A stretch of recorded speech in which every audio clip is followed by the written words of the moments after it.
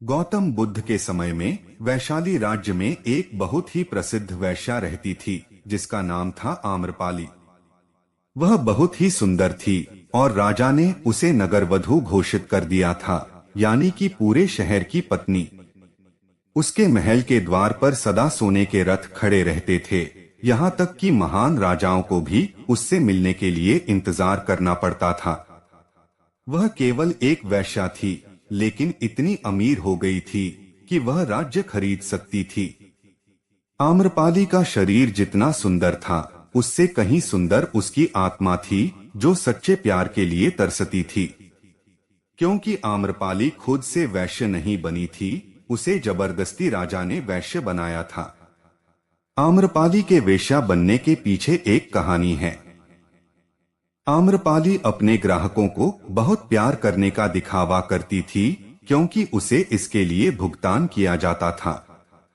लेकिन अंदर से वह उन सब से नफरत करती थी, क्योंकि वह सभी उसका इस्तेमाल एक भोग की वस्तु के रूप में करते थे, एक इंसान के रूप में उसका सम्मान कोई नहीं करता था। एक दिन आम्रपाली अपने महल की बालकनी में खड़ी थी। अचानक उसने महल के सामने से एक युवा बौद्ध भिक्षु को गुजरते हुए देखा, जिसके पास कुछ भी नहीं था सिवाय एक भिक्षा पात्र के। लेकिन उसके पास जबरदस्त जागरूकता थी और लोगों को खुद की ओर आकर्षित करने की अद्भुत शक्ति थी। जब युवा बौद्ध भिक्षु ने ऊपर की तरफ देखा तो आम्रपाली उसे देख रही थी। युवा भिक्षु ने आम्रपाली की ओर देखते हुए बेहद सम्मान भाव के साथ आम्रपाली को प्रणाम किया। आम्रपाली एकटक उस युवा भिक्षु को देखते रही, क्योंकि पहली बार किसी ने आम्रपाली को सम्मान की नजरों से देखा था। किसी ने पहली बार उसे इंसान होने का एहसास दिलाया था। आम्रपाली तुरंत सीढ़ियों से नीचे उतरी और बाहर आकर उसे युवा बौद्ध भिक्षु के पैर छुए और कहा, प्रभु कृपया आज के दिन आप मेरे मेहमान बने और मेरे महल में चलकर भोजन स्वीकार करें। इसके बाद आम्रपाली ने कहा, कृपया मेरे निमंत्रण को न करें, क्योंकि पहली बार मैंने किसी को निमंत्रण दिया है। मुझे हजारों बार राजाओं और सम्राटों द्वारा आमंत्रित किया गया है, लेकिन मैंने कभी किसी को आमंत्रित नहीं किया है। यह मेरा पहला निमंत्रण है। युवा भिक्षु ने सम्मान पूर्वक आम्रपाली का निमंत्रण स्वीकार करते हुए भोजन ग्रहण किया। भोजन देने के बाद आम्रपाली ने कहा, प्रभु आज से 3 दिनों के बाद बारिश का मौसम शुरू होने वाला है, जो कि 4 महीना तक रहेगा, और मैं आपको अपने घर में 4 महीने रहने के लिए आमंत्रित करती हूँ। आने वाले 4 महीनों के लिए यह महल आपका आश्रय होगा। मैं आपको पूर्ण रूप से आश्वस्त करती हूँ कि मैं किसी भी प्रकार से आपका ध्यान में बाधा नहीं बनूंगी, बल्कि जितना मुझसे हो सकेगा आपके ज्ञान की सुविधाओं को सुगम बनाने का प्रयास करूंगी। युवा बौद्ध भिक्षुओं ने कहा कि माफ कीजिएगा देवी, लेकिन इस विषय में मैं स्वयं निर्णय नहीं ले सकता। मैं आपका प्रस्ताव के विषय में बुद्ध से पूछ लूंगा। अगर वह मुझे अनुमति देंगे तो मैं आपके महल में आश्रय अवश्य स्वीकार कर लूंगा। इतना कहकर वह बौद्ध भिक्षु वहां से चला गया, इससे पहले कि वह भिक्षु बौद्ध के पास पहुंचता और आम्रपाली के प्रस्ताव के बारे में कुछ बताता। उससे पहले वहां पर मौजूद अन्य भिक्षु बुद्ध के पास पहुंच गए और बुद्ध से कहा, आप उस युवा भिक्षु को रोकिएगा। आम्रपाली ने उसे 4 महीने रहने के लिए अपने घर पर बुलाया है।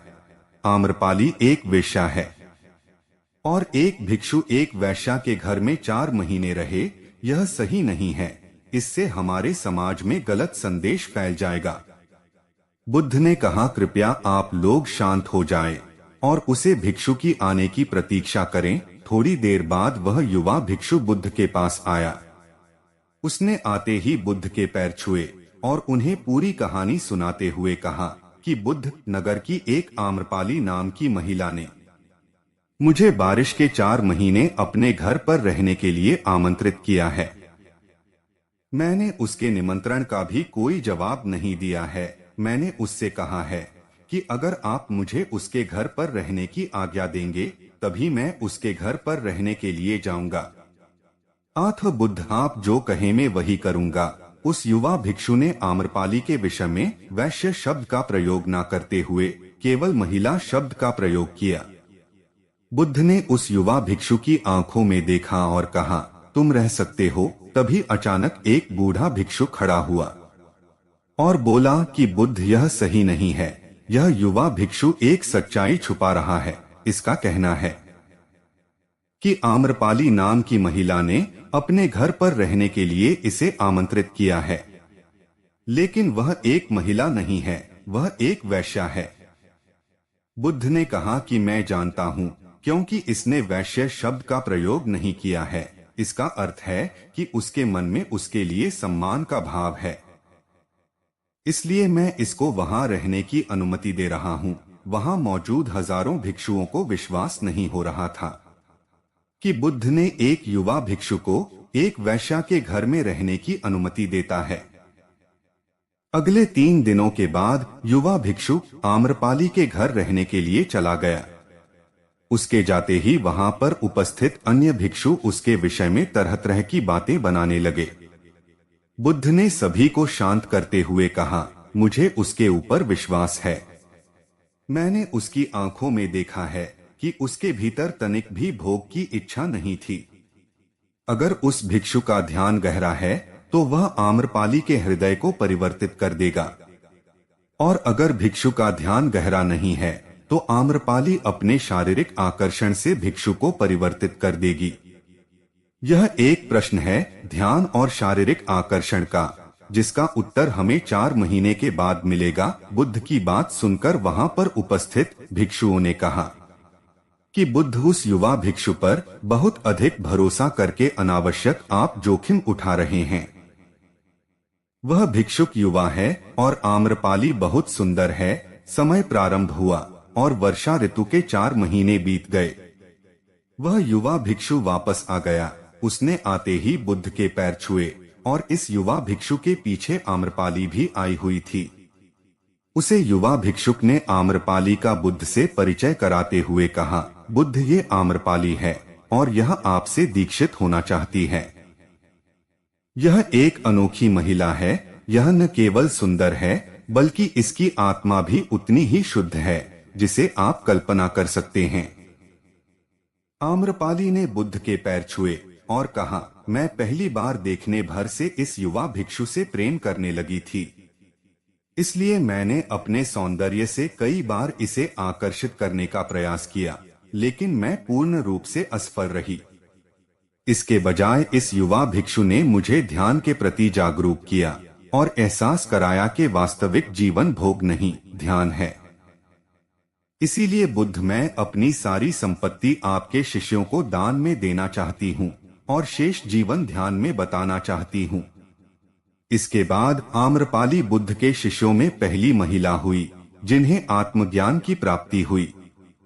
बुद्ध ने अपने पंथ के सभी शिक्षकों से कहा, यदि तुम वैश्यों की संगति से डरती हो तो उस डर का उसे वैश्य से कोई लेना देना नहीं है, बल्कि वह डर तुम्हारे बेसुध मन की उपज है, क्योंकि तुमने अपने कामुकता को दबा दिया है और काम ऊर्जा को दबाया नहीं जा सकता।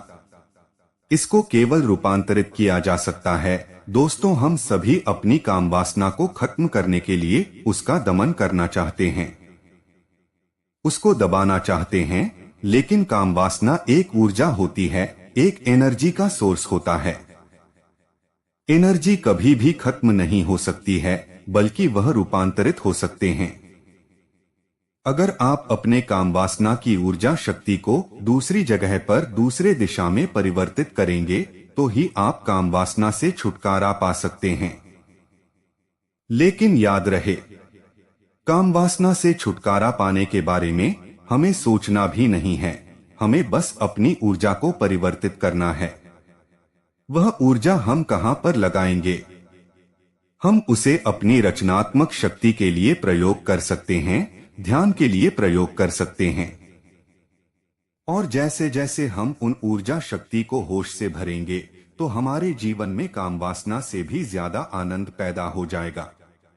और उसके बाद काम वासना का आनंद हमें उसके सामने सुख लगने लगेगा। अगर यह कहानी आपको अच्छी लगी हो तो वीडियो को लाइक कीजिए। धन्यवाद।